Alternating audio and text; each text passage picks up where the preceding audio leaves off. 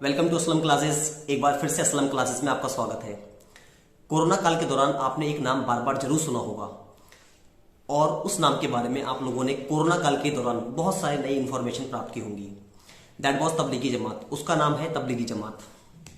तबलीगी जमात एक बार फिर से सुर्खियों में है। तो आज इसी विषय पर हम चर्चा करेंगे क्योंकि सऊदी अरबिया ने तबलीगी जमात पर कंप्लीटली बैन लगा दिया है और यह कहते हुए आरोप लगाया है कि ये जो तबलीगी जमात है ना, ये आतंक का प्रवेश द्वार है।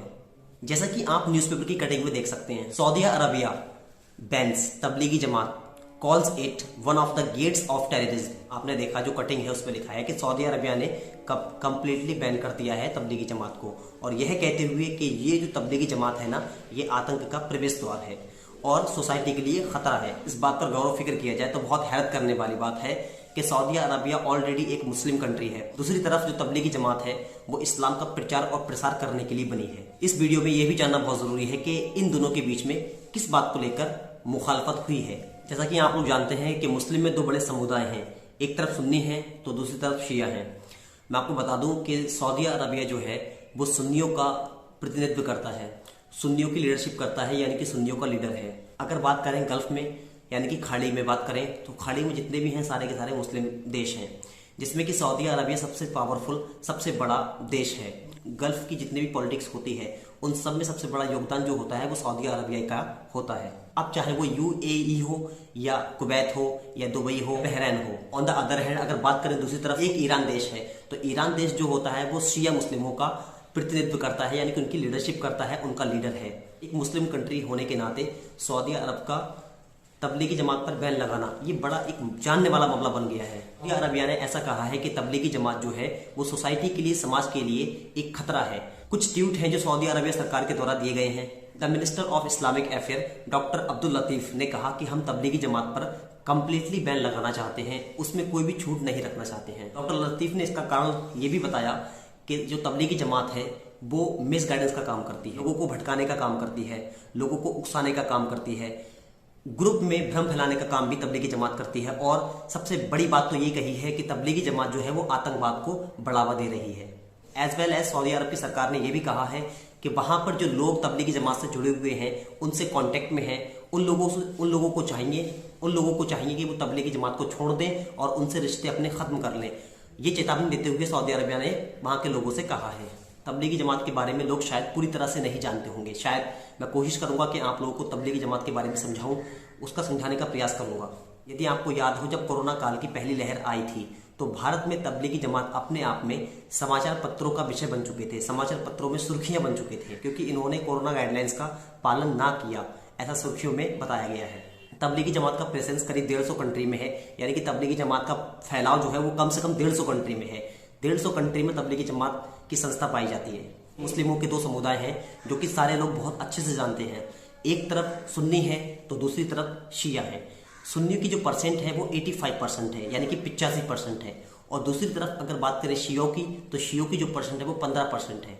ठीक है, अब बात करते हैं सुन्नियों की। सुन्नियों में दो अलग विचारधारा है। एक विचारधारा है बरेलवी, दूसरी विचारधारा है देवबंदी। तो देवबंदी जो है ना, वहीं से तबलीगी जमात निकल के आती है। तबलीग का मतलब होता है अपने धर्म का प्रचार प्रसार करना और जमात का मतलब होता है ग्रुप। तबलीग करने वाले एक जगह पर बैठ के कोई भी मीटिंग करते हैं, उसको हम कहते हैं मरकज। हरियाणा और राजस्थान की बॉर्डर पर एक जिला पड़ता है जिसको हम कहते हैं मेवात। मेवात पहले प्रांत हुआ करता था, लेकिन अब ये जिला है। वर्ष 1926 में मेवात से तबलीगी जमात की शुरुआत हुई। इसके जो संस्थापक हैं, तबलीगी जमात के जो संस्थापक हैं वो मौलाना मोहम्मद इलियास हैं। मौलाना मोहम्मद इलियास ने तबलीगी जमात की स्थापना इसलिए की ताकि इस्लाम धर्म का प्रचार व प्रसार कर सकें। अगर हम बात करें तबलीगी जमात का हेडक्वार्टर कहाँ है, तो आपको बता दूं तबलीगी जमात का जो हेडक्वार्टर है, अगर आपने देखी हो निजामुद्दीन रेलवे स्टेशन, उसके पास में बगले वाली मस्जिद पड़ती है। उस बगले वाली मस्जिद को हम कहते हैं तबलीगी जमात का हेडक्वार्टर। आप कह सकते हैं कि तबलीगी जमात का जो ग्लोबल सेंटर है वो बगले वाली मस्जिद है। अगर हम तबलीगी जमात से कुछ बड़े लोगों का नाम लें तो उसमें डॉक्टर जाकिर हुसैन जो कि राष्ट्रपति थे। दूसरा नाम लें तो हम कह सकते हैं तारिक जमील, आपने नाम जरूर सुना होगा, जो कि एक मौलाना है। और अगर नेक्स्ट बात करें तो शाहिद अफरीदी जो कि पाकिस्तान क्रिकेट टीम के खिलाड़ी हैं, और एक और पाकिस्तान क्रिकेट टीम के खिलाड़ी सईद अनवर भी तबलीगी जमात से जुड़े हुए हैं।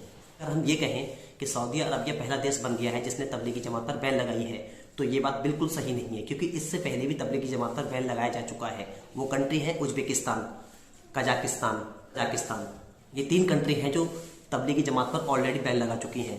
अगर हम इस बात के बारे में जानें कि सऊदी अरबिया ने तबलीगी जमात पर बैन क्यों लगाया है, तो वो बैन इसलिए लगाया है, न्यूज की कटिंग में सऊदी अरब के द्वारा ऐसा कहा गया है कि तबलीगी जमात का जो इस्तेमाल करती है वो अलकायदा करती है, यानी कि अलकायदा जो है वो तबलीगी जमात का इस्तेमाल करती है। वो इसलिए करती है क्योंकि तबलीगी जमात जो है वो धर्म को प्रचार और प्रसार करने के लिए है, इसलिए सारे देश इसको बड़ा आसानी से इनका वीजा दे देते हैं, इनको परमिशन दे देते हैं आने की। तो इसी बात का फायदा जो है वो अलकायदा उठा रही है और आतंक फैलाने का काम कर रही है, ऐसा कहना है सऊदी अरब की सरकार का। इसलिए तबलीगी जमात पर बैन लगा दिया गया है। Decision on the other hand अगर बात करें तो दारुल उलूम देवबंद ने इसका विरोध किया है, इसका अपोज किया है। न्यूज़पेपर की कटिंग में आप देख सकते हैं, Darul Uloom Deoband ask Saudi Arabia to rethink to ban Tablighi Jamaat पर जो बैन लगाया है उस पर दारुल उलूम देवबंद ने कहा है कि इस पे इस पे फिर से विचार करें और फिर से सोचें इसके बारे में कि ऐसा करना क्या सही है या गलत है।